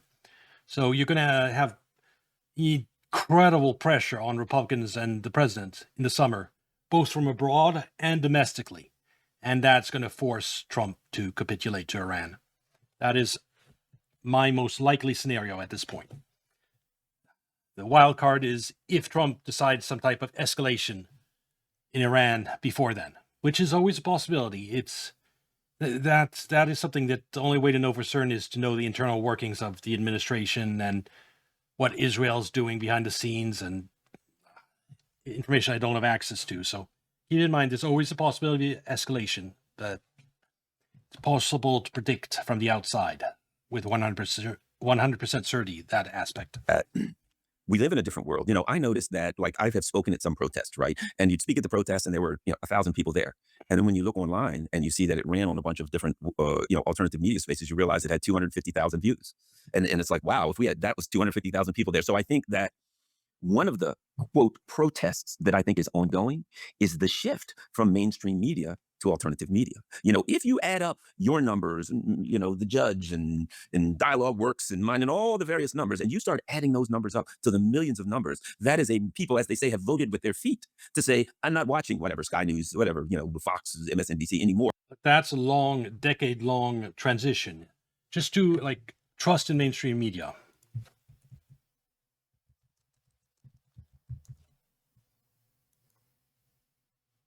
Yeah, just look at this. It's a long-term slow from 2020. 55%. It used to be up at 70 or 80% back even in the 80s and 90s. It's slowly going down. So he's trying to pitch this decline in trust in mainstream media as protest. It's you could say protest against the entire Washington system, I guess you could, but it's a very long-term thing that has nothing to do with the Iran war in particular. But it is part of that, I guess, in a Or way. I'm going to go over and I'm going to kind of launch a protest vote with my eyes. I think, where I'm going to go to alternative media. So I think, to be quite frank, the huge shift in attitudes is both a move to alternative media and a realignment of the discussion. Because, the discussion, I mean, when you look at Anderson Cooper, for God's sake, his mother was literally Gloria Vanderbilt. So when you look at the people, and, I was at Fox Yeah. and I noticed, that everybody worked there were the sons and daughters of the ruling elite. And Don't you love nepotism? when you see shifts to people who work in regular jobs and who are more regular common people, some of us have had access to maybe political areas that others Now haven't. you have people that aren't the sons and daughter of Washington elites, people like Asmongold, giving their opinions to millions. Yes, the mainstream media hold on the narrative has been broken. And it needs to break further, honestly, before we get out of this downward spiral for the United States. But for the most part, regular old people, you see a shift in the discussion. When things happen, the Anderson Coopers of the world discuss how it affects the narrative, how it affects the plans of the political class and the ruling elite. And when people like us discuss it, we discuss the attitudes of the common man and woman and how it affects them and what they think about it. So I think the protest is a shift in focus from, we're not even going to deal with these institutions, we don't trust them, let's come over here and talk to people that we agree with and that we identify with on a human level. Let's talk Yeah. about the other big players here. Let's talk about the Chinese and the Russians. And in some ways, actually, at this moment in time, the Russians are more interesting because they're involved more directly, I think, in both conflicts. I mean, they're obviously fighting in Ukraine, and my sense is that the Russians, I'll say, Putin knows about the deep state. He knows what's really going on in the world. He can't talk about it openly, too openly, because no one would know what he was talking about. So you could sometimes see it in veiled comments that he makes, that he understands the real forces at work in the world. But most of the time he speaks, and his words are aimed at people like Asmongold that don't know all the background. saying to themselves, we've seen off the Americans in Ukraine. The Americans have lost belief in this war. And the result is that the Europeans have taken it over. And they're much, much more dangerous than the Americans are because they have so much more to lose and they're much more frightened. Actually, a good test of whether a country really understands the U.S. deep state is whether it's building up its gold reserves. If all the countries, Iran, China, Russia, that have huge gold reserves, they understand what's coming and the decline of U.S. empire and the nature of the dollar hegemony that is slowly collapsing. But that's I think, one part of the Russian mood. The Russians are also, as we just discussed, involved in the Iran conflict. As I said, Araghchi is going to be meeting Putin So there's going to be discussions going on at that level between the Iranian and the Russian leaderships. What do you think the Russians are saying to themselves at this particular point?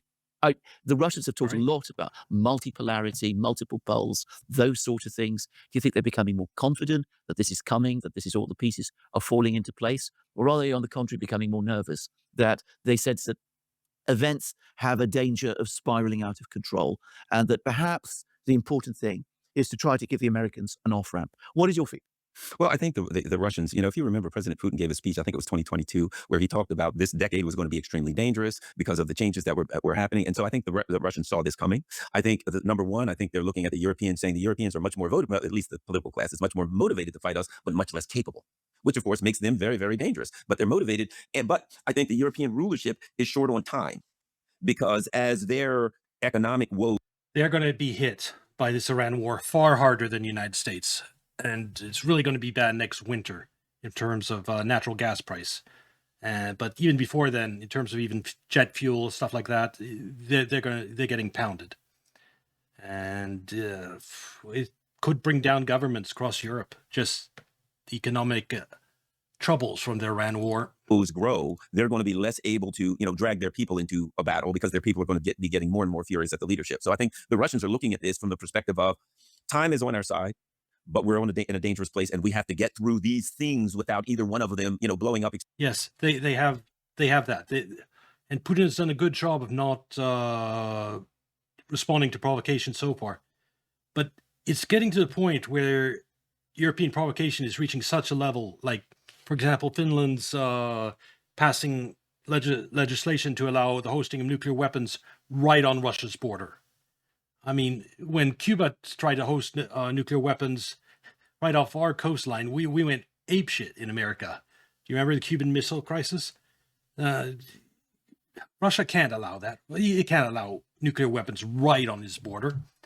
So the provocations are reaching such a level where even if Russia's trying to be the mature actor and not, escalate things, it's getting to the point where they're going to have to do something. Also, the drone production going on across Europe and using Baltic airspace to send these into Russia. Basically you have drones built in the EU, fired from the EU through EU airspace, going deep into Russia and hitting oil infrastructure. Eventually Russia has to respond. So they might be waiting till the summer, till fuel prices go up, till there's more discontent, which limits European governments' ability to rally the people against Russia because they'll be busy trying to grapple with the energy crisis. Maybe that's their plan, or I don't know. But I feel it's really reaching a point where Russia is one of these days going to have to respond to all the provocation.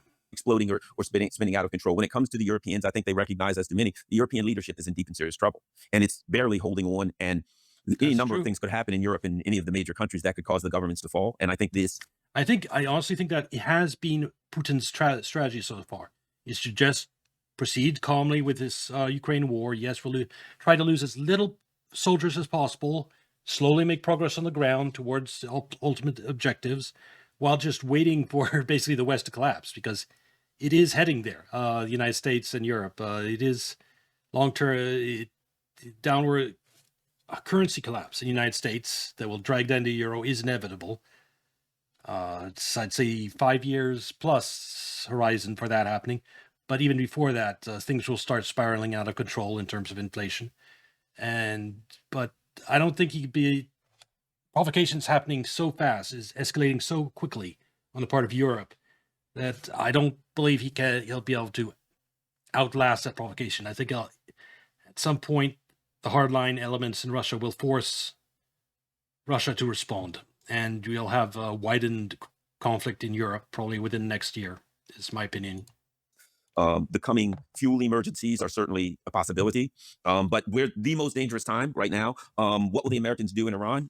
So I think the Russians are in a strong military position because they're able to both defend themselves on their border effectively. They're able to produce the military hardware that they need and that their allies in Iran need to defend themselves and to hold their position. So I think the Russians it's more like this: the Russians, the Iranians, and the Chinese are kind of holding their positions of strength. And the Americans and the Europeans are kind of punching themselves out. You know, they're swinging and they're not hitting anything. They're punching, they're getting more. That's exactly what's happening. The problem is they are the drones strikes that they've started doing in the last few weeks, actually, because it appears that whatever production Europe has put online to make these drones that go far into Russian hit targets, that has just come online in the last few weeks. And so there's been repeated every day or every other day at this point, drone strikes deep into Russian territory. And now also they started doing that, as I said before, from the Baltic states. So before this area of Russia, like up here, it's way far away from Ukraine. No way Russia could hit all the way up here. But now that drones are being launched from the Baltic states, it can, all this area is at risk. It's a big problem for Russia. And when they are going to have to, they're trying to warn the Baltic states to not do this and say that there'll be consequences. But if that doesn't work and they keep on doing it, we'll have to see. More frustrated. And I think the Iranians, the Chinese, and the Russians are trying to hold their positions without really getting engaged in some kind of a world war and some kind of a massive war, particularly against an enemy who's out of weapons. Because if you get in a fight with an enemy that's out of weapons, even though you could easily defeat them, the only thing they've got left is nuclear weapons because they fired. Exactly. But even without nuclear weapons, it's dangerous for Russia because the European elites, they've already shown it countless times, they don't give a fuck about their people. They will, if they have the political strength to do it, they will draft their people in to fight a war with Russia and will send them off to die in large numbers if they think they can get away with it. If like the UK doesn't need elections for 2 years, it could try doing that.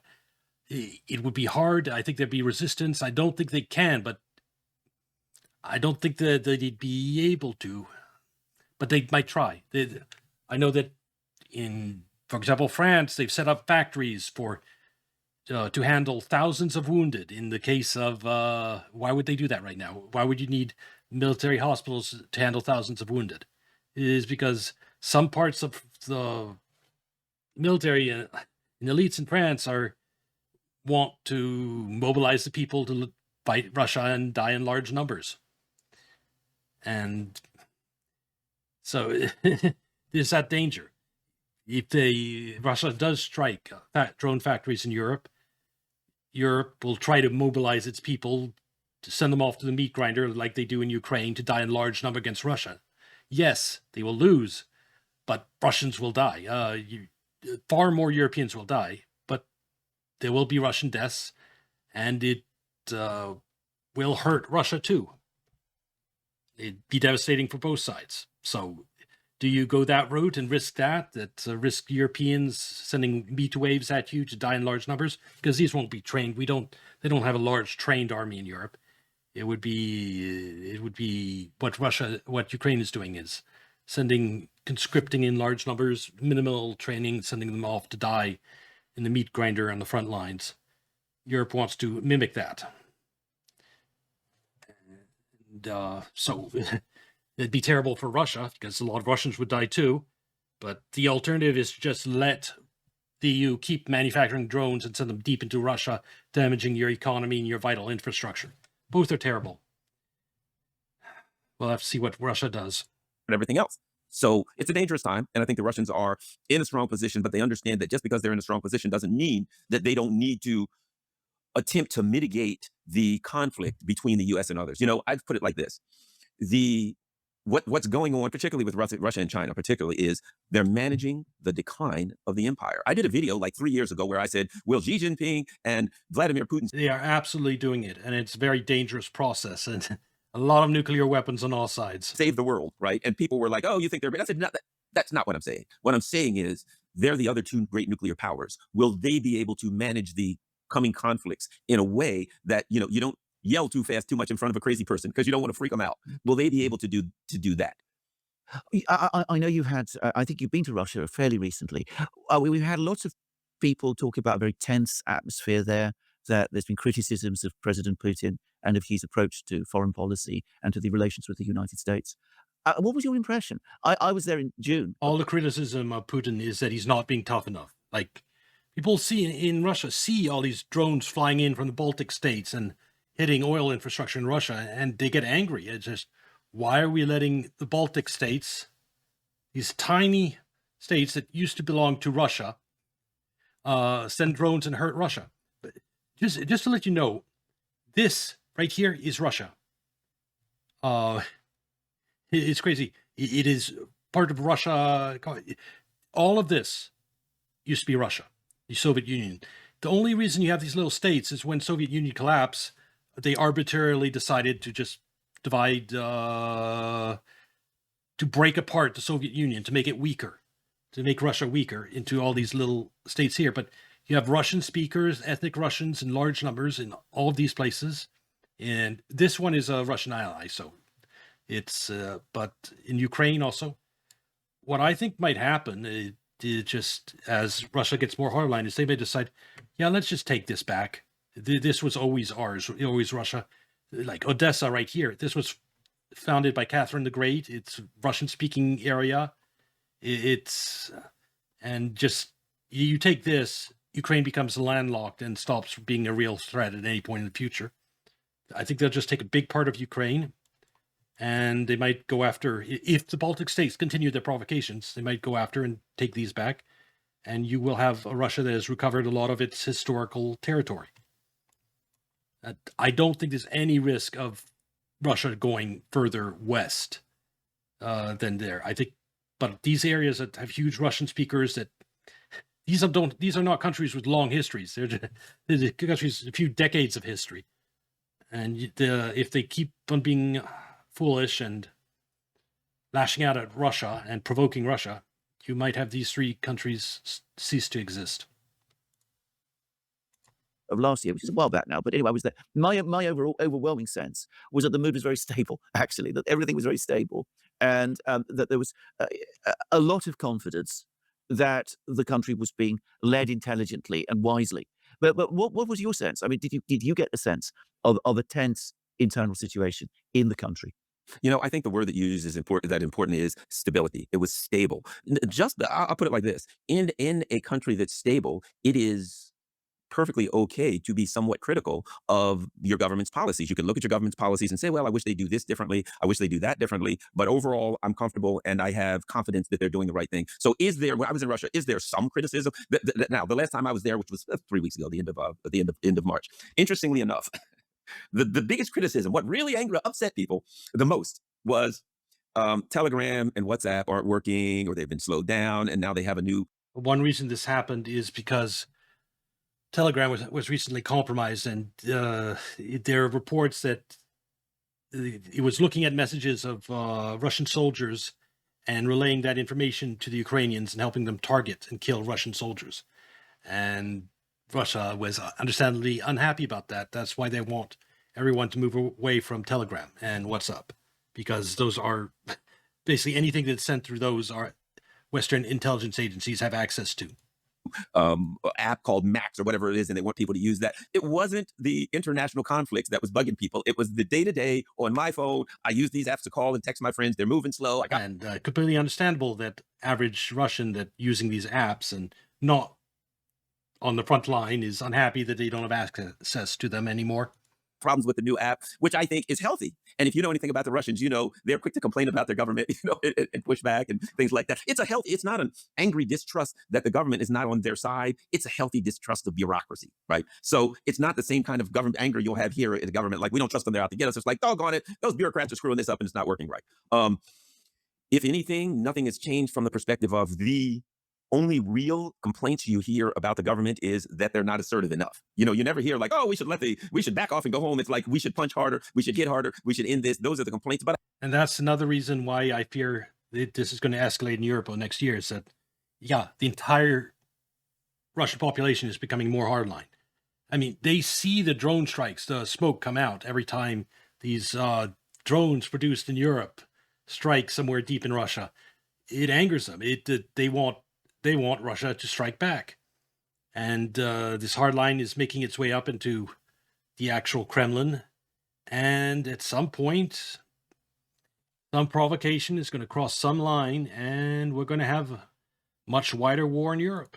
but I think they're, I wouldn't say muted, but I'd say they're healthy in that that conversation is allowed to happen, and people don't say, well, they're not hitting hard enough and fast enough, therefore I have no confidence in them. They're just basically saying that. So I would say things are stable, and there is a healthy conversation going on amongst the people about things they're happy with. Oh, and a last, of course, incredibly important point as to why I believe risk of escalation in Europe is so much bigger is because of the Iran war.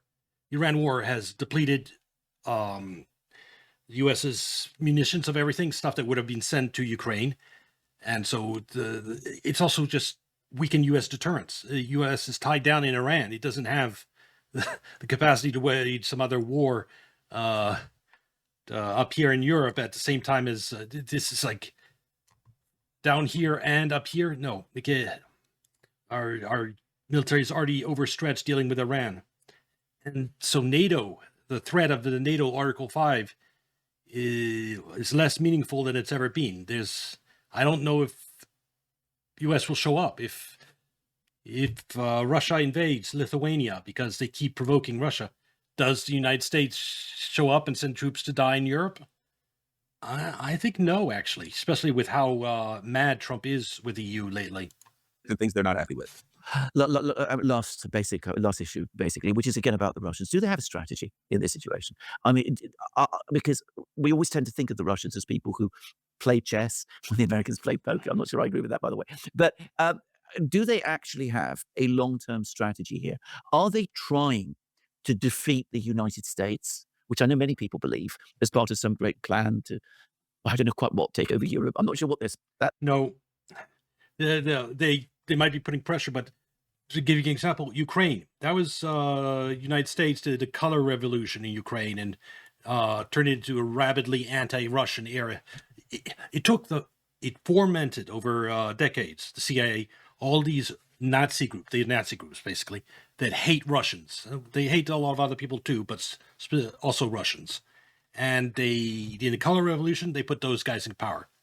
They also those guys also, there are gangs going around hunting down any politician that was sympathetic towards Russia in any way. So think of it like the elections they held after the revolution. It would be like in America, you had the Republican Party go around hunting down every Democrat and either killing them or driving them out of the country. And then they hold elections and Republicans win everything. Is that a democracy? Because that's what happened in Ukraine. They literally use physical violence to crack down and eliminate all opposition to this new U.S. puppet regime in Ukraine. And then they turned Ukraine into a weapon to fight Russia. And well, there's a whole long history behind it, but that's basically the point. If Russia did have a big plan, it would have prevented that. The first thing it would have done. So far, their plan was to protect the really Russian-speaking areas, so where it's like entirely ethnic Russian down here, was to try to protect that and Russian speakers. That is their goal. And eventually it reached a point where the only way to do that was to invade Ukraine. And their goal is still to get rid of this Nazi regime in Ukraine. And they'll eventually succeed in doing that. But I think a grand plan to tackle the United States, no, they don't need to. The United States is a Ponzi scheme that's going to collapse on its own. All you need to do is hold out and wait for the fireworks to start, which will happen in the next few years. That's supposed to be. But you do hear about this, that they have a strategy to defeat the United States. Or are they trying to defend themselves and through that process acting as a kind of catalyst? Yeah, a lot of people still have no ideas they are Nazis in Ukraine. Yes, and I'm talking about like people that go out and hunt down homosexuals and during the winter tie them to a lamppost, pull down their trousers, and wait for them to freeze to death. That's the type of people we're talking about in Ukraine. They do this also to ethnic Russians. If gangs and death squads going around, they're not nice people. They're when the Ukraine Revolution first happened, one of the things that happened is they burned like 50 people alive in a building in Odessa. People that were like a pro-Russian organization, political organization. They burned 50 people alive in the building. Yeah, these are they're murderers. They're monsters, and they're not the good guys. For this transition that you've been talking about, the transition away from American empire and American hegemony. What's interesting is if you look at what the Russians have talked about and what they have proposed, right? They could propose a new security architecture in Europe. Yeah. We want and what would that bring them? It would bring them stability to their borders, military stability and economic stability. Now, there have been discussions, even when I was in Russia, I heard some of the discussions that there were Russians talking to Gulf Coast countries. We've seen the foreign minister of Iran. He's now in Oman. He's in Pakistan. He's in Russia. Clearly, there are discussions going on about a security architecture in the West Asian region that may or may not be, in this instance, would likely not be led by the U.S. So I think rather than defeat of their adversaries, which the Russians will do if necessary, particularly on their borders, I think the Russian way of doing things is to create long-term stability. And I think that's what they're looking for, stability on their borders. I think what frustrates the Russians the most is Yeah, they want stability. And if they can't get stability, again, this one territory that they possess here, I'm sure that taking the area between and making this one whole and not have this one area that EU keeps threatening in any confrontation with Russia, they keep threatening to blockade this and to go after, what's it called again? This area, K something. It doesn't give me the name. This little outpost there. Yeah, I'm sure Russia, if this escalates, then it will take more territory from the EU and Ukraine. the disingenuous nature of the talks with whether it's the U.S. or the NATO powers, et cetera. So I think they're shooting for stability in their region. They're shooting for stability in West Asia. And I think because, as we've said, the two are inextricably linked, I think they understand if we can get stability in either one of them, it will affect the others. And certainly they understand that all these things are connected to this long-term vision of containing China and all of that. But if in any of the, say, we'll call them the three fronts, the Taiwan, Korea front, of course, the Ukraine front, and the West Asia front, that if you get stability in any of those three, that it thwarts the ability of the aggressors, shall we say, to destabilize the other two. So I think that's what they're looking for: stability, not defeat, not loss, but to. And the deep state, those in the United States that are trying to maintain the dollar hegemony, they need to. The reason they went after Iran and Russia, again, United States dollar is a Ponzi scheme, the financial system. They need to take, if they could get Russia to collapse and be balkanized, and then they could loot the resources, they could keep the whole U.S. Ponzi scheme going another decade. That's why they're salivating at prospect of taking down Russia. And that's why they're trying all this via Ukraine to weaken, trying to see, they want to create an opportunity for a color revolution in Russia, to do what they did in Ukraine to Russia. And the view that all this military conflict, they could cause enough death to U.S. Russian military, maybe that'll cause dissatisfaction that could be exploited for some type of regime change in Russia. It hasn't worked at all. And the same idea with Iran. If Iran has huge oil reserves, if it could be taken out, it would reinforce the petrodollar, and by looting that oil, they could stretch things a couple more years for the United States financial system. And Russia and Iran are resisting this. They don't want their countries exploited and raped. To close down one of these conflicts diplomatically. Now, is that possible? I don't know, but I think that would be I would guess that's their goal based on my interactions with people. There's certainly an element in Russia that is very pessimistic, legitimately so, as to whether that's possible, who say, we got to punch them out because that's the only way. But I think the leadership would prefer to do it in a more diplomatic way because they understand the potential, as you just mentioned, for spinning out of control if you try to win this in a kinetic manner. Garland Nixon has been. And they are dealing with actors in Europe that don't care about their people. They're completely willing to sacrifice their people to wage war against Russia. And you can tell this by the fact that they're producing drones and sending those drones into Russia and provoking Russia. They don't care if it starts a war that ends up killing a lot of their people. They don't care at all. They're just focused on trying to. The globalists in Europe, in Brussels, they must have indication that their entire system in the EU is collapsing. And if they could balkanize Russia and exploit it, that could keep the EU going for a couple more years too. and they're desperate to do that, even if it means sacrificing their own people and provocation against Russia that they'll start a war that be a disaster for them economically and militarily, but just on the small chance that it might create an opportunity for a color revolution in Russia. A brilliant program. I just wanted to say thank you very much. We've covered a huge amount of ground, and well, I've learned an awful lot, by the way, just to say. So thank you, and There needs to be revolution against the globalists, but Europeans don't have guns aside from the Swiss. Well, politically, they need to do it politically, and if enough of the people turn against the regime,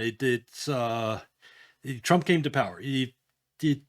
They can do it politically, no matter how, even with the mainstream media doing cover for the Brussels and the EU, even with all, let's say there's probably some vote rigging going on, but even with that, there's limits to it. If enough people vote for something, if enough people wake up and turn against the government, right-wing populist parties will come to power and there'll be a changed dynamic. well, I look forward to having you again, Yes. Garland. Thank you. And I'd love to come back. I spent the better part of a week in Grozny in the Chechen region of Russia. That is very interesting. I learned a lot. And so if you guys have time, I'd love to have a conversation about that. I think people could learn a lot. And I have pictures that I can send you. Also, if you want one optimistic good news, is people worried about the United States becoming a Muslim in coming through decades. No, because when the dollar and the EU collapse, the biggest draw factor of Europe, that there's economic opportunities available here that there is in the rest of the world, that'll be gone. And you need the people, the economic migrants, came here for the work and the money and the payouts and handouts. The payouts and handouts are gone when the EU collapses, both for domestic Germans and for migrants. And the job opportunities will be scarce too. And so the true economic migrants, some of them will just go home. And for those that remain, I think there's going to be a huge tide of resentment towards all these migrants in the country. And yeah, there's going to be a lot of them either willingly or unwillingly are going to end up leaving when the EU euro collapses, and the EU, both at the same time. The euro collapses, it brings down the EU with it. And videos that I can send you that I've taken about from the region that kind of illustrate some of the things that I'd be discussing, the rebuilding since the war and different things like that. Excellent. Thank you, Garland. Thank you. Thank you, Garland. Before you go, where can people follow you? Okay, that was an interesting video. We got to talk about a lot of subjects. This will be on YouTube. Like and subscribe. Come watch on Kick or Twitch, and I'll see you next video. Bye.